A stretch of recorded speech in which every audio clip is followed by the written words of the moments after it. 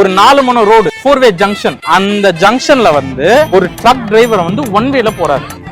Drug driver வந்து 1-வேல போறாரு. அங்க இருக்க போலீஸ் எல்லாமே வந்து அந்த 1-வேல போறவங்க எல்லாருக்குமே கேஸ் போட்டு கேஸ் எழுதிறாங்க. ஃபைன் அமௌண்ட்டும் கலெக்ட் பண்ணிடுறாங்க. ஆனா இந்த ட்ரக் டிரைவருக்கு மட்டும் ஃபைனே போடலையா?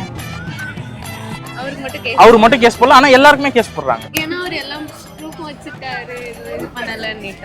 எல்லா ப்ரூஃப்மே வச்சிருந்தால ராங் ரூட்ல போனா தப்பா கரெக்டா?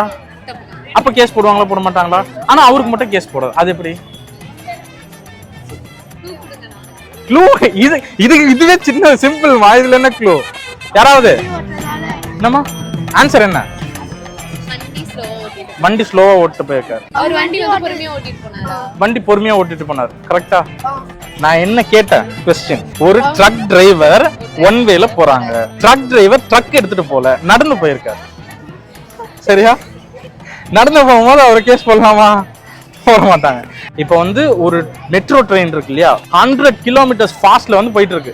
50 கிலோமீட்டர் வேகத்துல வந்து ஆப்போசிட்ல டைரக்ஷன்ல காத்தடிக்கும். பாத்துருக்கல ட்ரெயின்ல எப்படி உட்காந்து ஆப்போசிட் டைரக்ஷன்ல காத்தடிக்கும். அந்த மாதிரி காத்தடிக்குது. புகை வந்து எந்த சைடுல போகும்? ட்ரெயின் வந்து இப்படி வேகமா போகுது. 100 கிலோமீட்டர்ல ட்ரெயின் போகுது, 50 கிலோமீட்டர்ல காத்தடிக்குது. ஸ்மோக் எந்த சைடு போகும்? அங்க சொல்லிருங்க. ஆப்போசிட் டைரக்ஷன்ல தான் ஸ்மோக் வரும். சரிங்களா? அது நீங்க எல்லாரும் நம்பணும். எலக்ட்ரிக் ட்ரெயின்ல என்னைக்கு புகை வந்தது அதை யோசிக்காம. ஓகே, தேங்க்யூ, ரொம்ப சூப்பர்.